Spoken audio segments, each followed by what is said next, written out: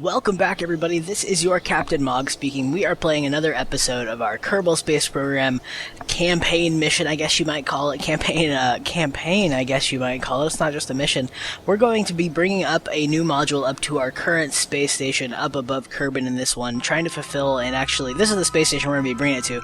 As you can see, it already has quite a bit of a, support for different Kerbals. It supports at least, I think, 6, but I think it supports more than that if you include the science module.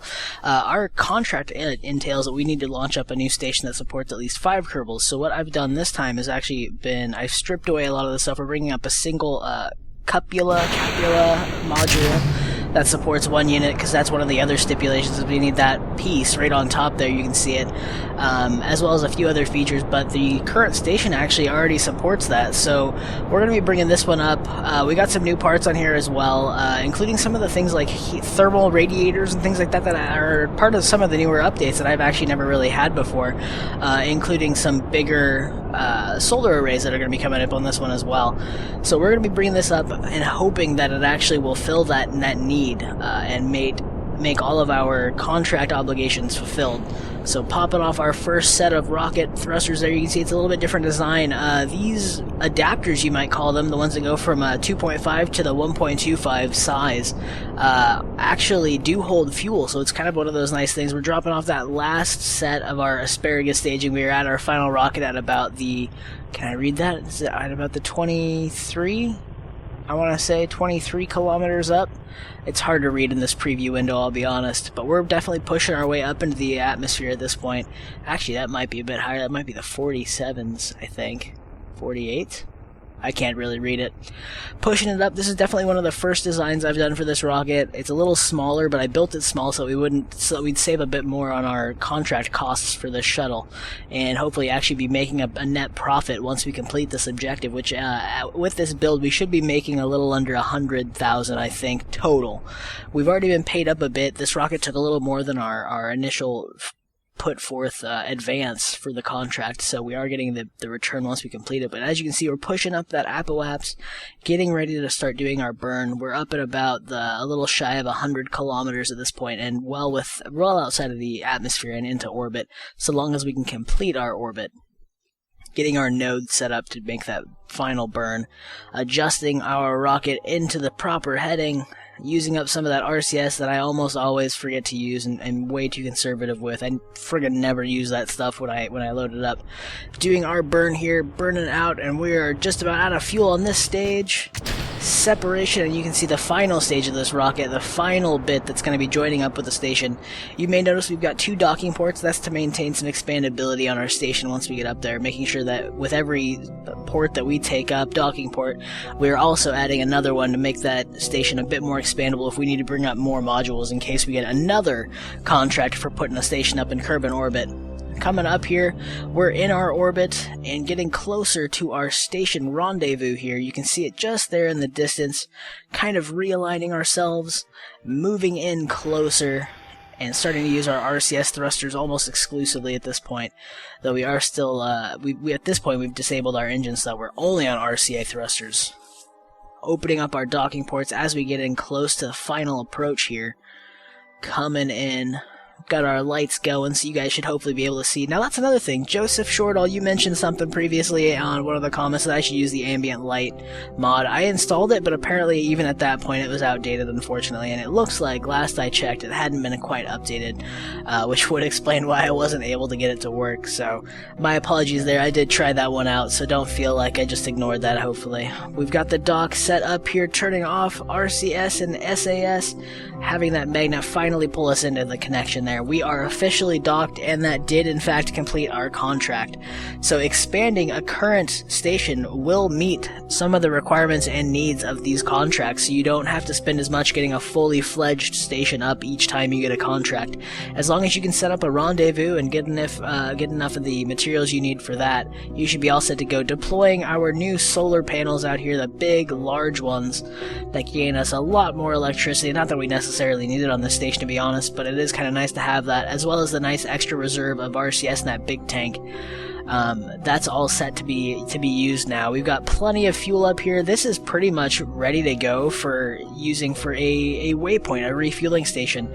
So long as we build a craft with that in mind, that we can actually dock with this and not obstruct anything or bump into anything, we should be set to go. That may be something we have to take advantage of in the future with some of the rockets that we push out to further reaches of the solar system. Push it in here. We're going to be going after our next contract, landing a new station on the Mun. You can see we've used a similar small, short asparagus staging for this rocket with our payload on top, loading up our crew. In here we've got 2 scientists in our processing lab, because it does require a processing lab. We've got an engineer and a pilot. We're going to be switching in a level 2 engineer, so we have a bit more functionality and repair skills. We are getting ready to launch here, so watch out for your eardrums. Off we go. Hopefully that wasn't too loud. My apologies if it was. I know these launches can be a little loud. Getting that going here. We're going to be cutting some of this out, because I don't want to put you guys through the whole spiel of just being there for my whole, like, almost 30-minute mission. That gets a little tedious and boring. Detaching the last of our asparagus there and coasting the rest of the way up. We are at about the 46 kilometers up, 48, 49, almost 50. Pushed up to a little over 100, almost 120 kilometer apoaps there. And we're going to be putting out our final orbit here with that last burn. We are looking good. And from here we're going to be burning right out to the Mun. And I'm putting us into a bit of an eccentric orbit. We're not going straight along the equator, so that hopefully we can pick up some more science while we orbit before we come in for a landing. Maybe pick some EVA reports and crew reports up from the poles and be able to process those in the lab, as well as some rock samples if we land in an area we haven't really used that rock sample before. Detaching our transfer stage there, we are on our final stage, utilizing the last bit of our tank here on our rocket, coming up toward the North Pole. And we're going to be able to pick up some science here. I did take a little bit of time trying to run a bunch of different tests, but I kept getting midlands. The midlands extend pretty far up north. Out here grabbing our first of our highlands EVA reports, among a few other ones that I was able to pick up along the way, but not too many. We didn't get much science from this, but we got a fair amount that we'll be able to put into the lab and process. So you can see me messing with the lab there a little bit, just kind of checking things out, getting our orientation right, and admiring my craft.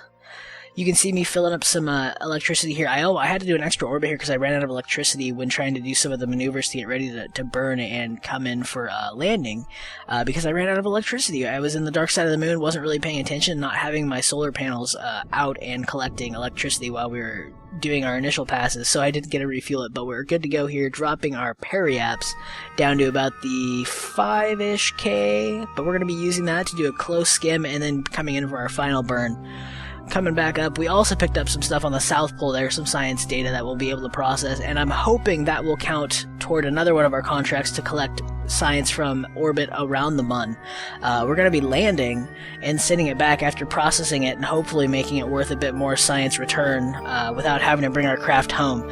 Now, if that counts, I don't know. I've actually not really tested that completely. We do have another station here on the Mun that has some science processing and a bunch of rock samples. Quite a bit, actually, so it'll have a pretty good return on science once that gets complete. Doing some reorientation here to make things easier on my feeble human brain so that I can kind of get the controls down, orienting our nav ball and ship to accommodate. Coming in for our final burn here, you can see that periaps is moving away from us, which means we're getting pretty close to no longer having a periaps. There it goes. Our apoaps is about where we are now, and you can see we are on a collision course with the surface, continuing to bring that in and getting ready to dock this thing. Whoa, I'm saying docking. That is not the right term. We are getting ready to land this thing between these two craters here near the North Pole of the Mun. Coming in, we're going to retract these solar panels so that we don't give them any sort of turbulence, G-force, and tear them off of our ship while we're landing. That's definitely not what we want this close to the completion of our mission.